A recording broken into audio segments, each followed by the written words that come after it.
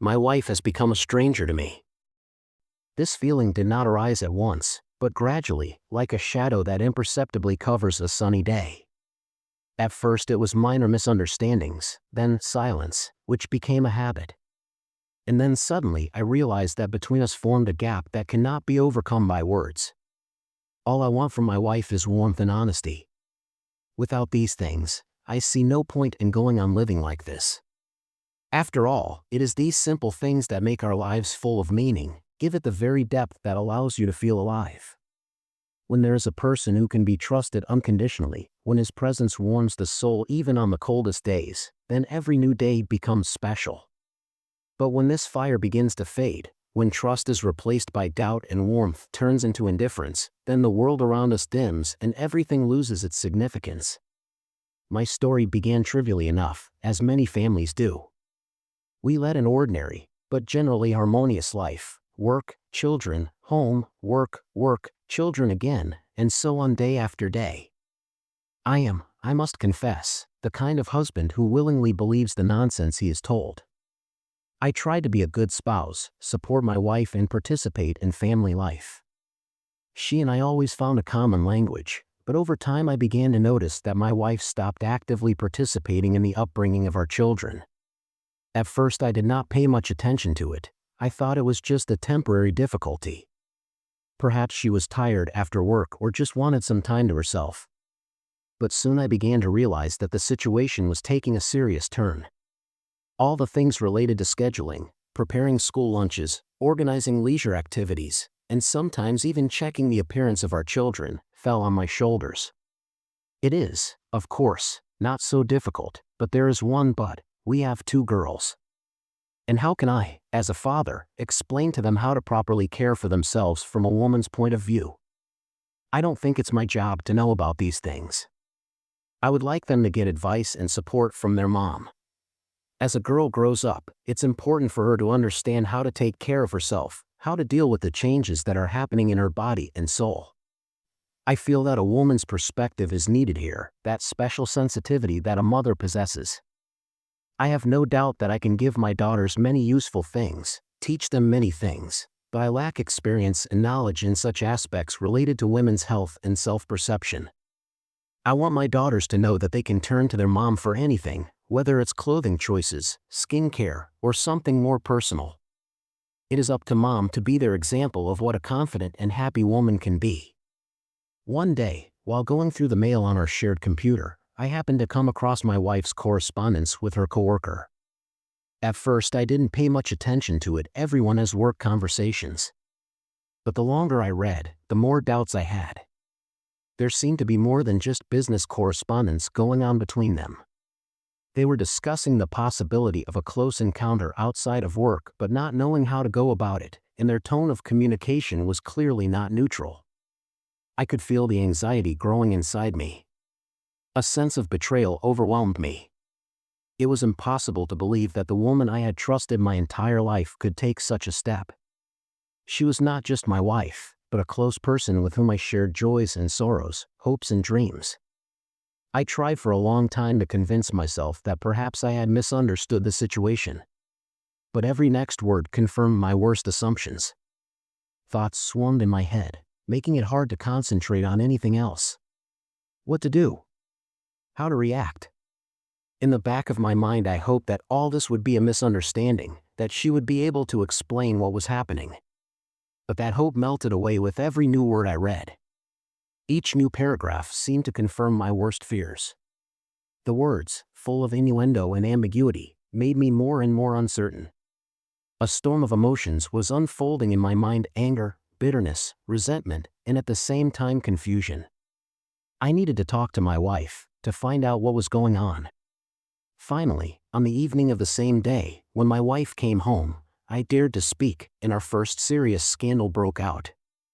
I could feel the tension building, my heart was racing, my hands were shaking, but I had to know the truth. I showed her the correspondence and asked her what it meant. My wife, meeting me with genuine bewilderment, flatly denied that she had any intention of cheating on me. She insisted that it was all just a joke, a play on words, and, trying to appear calm, continued to assure me of her love and fidelity. She couldn't explain why she wanted to do this or why she decided to do it. But her explanation sounded so unconvincing that every word she said only increased my distrust of her. I stared at her, and in that moment feelings of betrayal and disappointment came over me. The scandal lasted a long time. I was yelling, she was crying. At one point, when the conversation reached an impasse, she suggested we take a break in our relationship. Her words sounded like a sentence, pause. Not knowing how to deal with these emotions, I just got up, packed my things and left. A few days later, the phone rang. It was my wife calling. She was agitated. You could hear the hysteria in her voice. She asked me to pick up our youngest daughter, leaving me no choice. I came and got her. I couldn't shake the anxiety and decided to follow my wife that same day. Eventually, I saw her leave the house, leaving our older daughter there, and disappeared for several hours. My suspicions were heightened. What was she doing? Who was she meeting with? The answers to these questions tormented me. When I got home to my wife, my mind was still spinning with thoughts of what I had seen. I tried asking her where she had gone that night. She started to make excuses, assuring me that she had just gone out for a walk to get some air and think. I felt like I was hearing lies again, but for the sake of the kids, I decided to try to repair our relationship. Months passed, then years, but the day I stumbled upon the correspondence has remained in my memory as a bright, painful dot that cannot be erased. On the surface, our family continued to live our normal lives. We gathered over dinner, discussed business and concerns, but something inside me had broken, and I didn't know how to fix it. I continued to fulfill my parental responsibilities, trying to care for and support the children, but increasingly I was acting on automatic rather than out of love. My emotions toward my wife became indeterminate. At times I felt a slight affection, but most of the time I was overcome with fatigue and frustration. These thoughts haunted me, causing me to revisit the day when everything changed again and again. Every day of my life was the same, were familiar events. Over and over again. At work, I was constantly distracted by calls from my kids, anxiously checking to see if they were okay.